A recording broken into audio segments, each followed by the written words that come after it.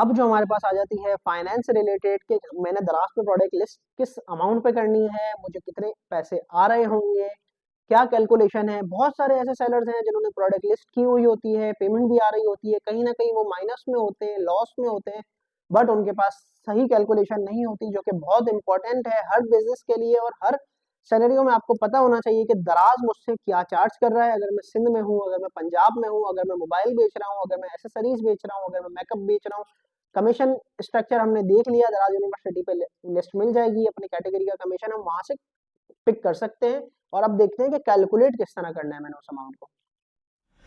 अच्छा जी, अब हम एज्यूम कर लेते हैं या हम इस हिसाब से कैलकुलेट करेंगे कि मेरे पास जो मेरे प्रोडक्ट की सेलिंग प्राइस है, जो मैंने दराज पे लिस्ट की है अपनी सेलिंग प्राइस, वो है 1200, 1200 रुपये। ठीक है।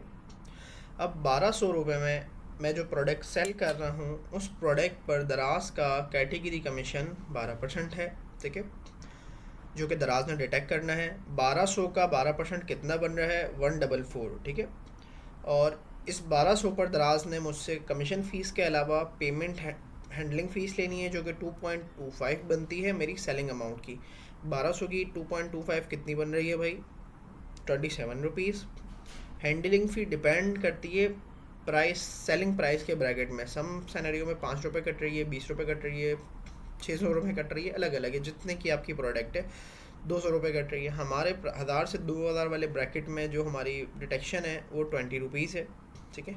मेजरली जो ये तीन कॉस्ट दराज हमसे काट रहा होता है। ठीक है। फिर एक और चीज़ हमारे पास आ जाती है, फ्री शिपिंग मैक्स, जो कि हमने दराज प्रोग्राम वाली क्लास में देखा था, ये अब ज़रूरी हो गया है। ठीक है।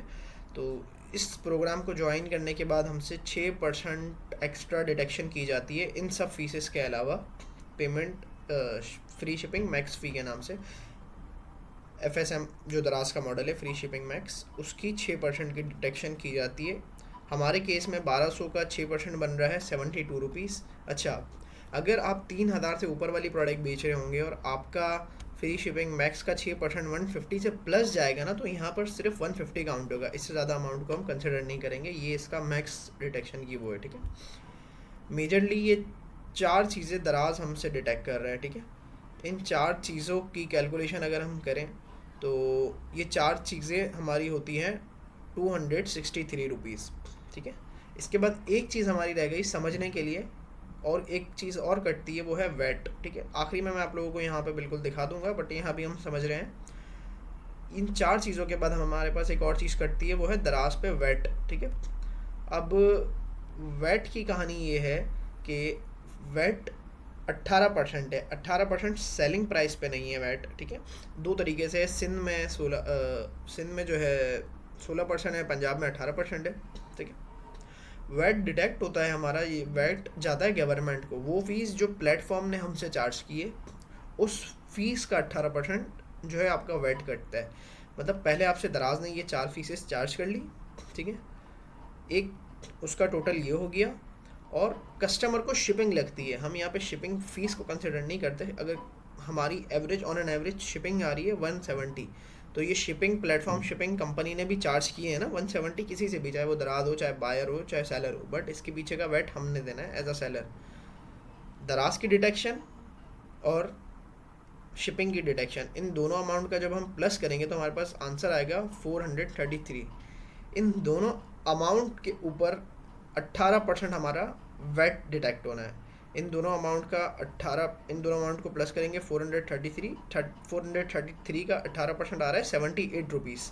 ठीक है। मतलब हमारा वेट कटना है 18%, जो कि बन रहा है 78 रुपीज़।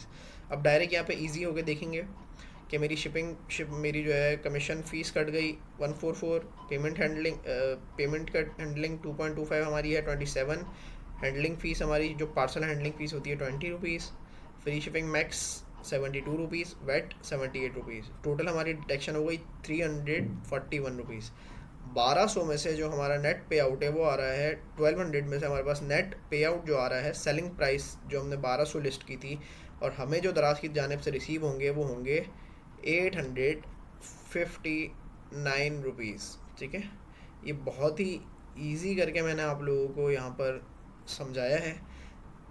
फिर इसके पीछे टूल्स हैं, कैलकुलेटर्स हैं, आप उसको कैलकुलेट कर सकते हो, टूल्स पे रख सकते हो, बट ये एक आपके पास स्ट्रक्चर सिंपल होना चाहिए कि डिटेक्शन क्या क्या हो रही है, कितने परसेंट हो रही है, ठीक है, मैक्सिमम कितनी हो सकती है, वैट कैसे कैलकुलेट करना है।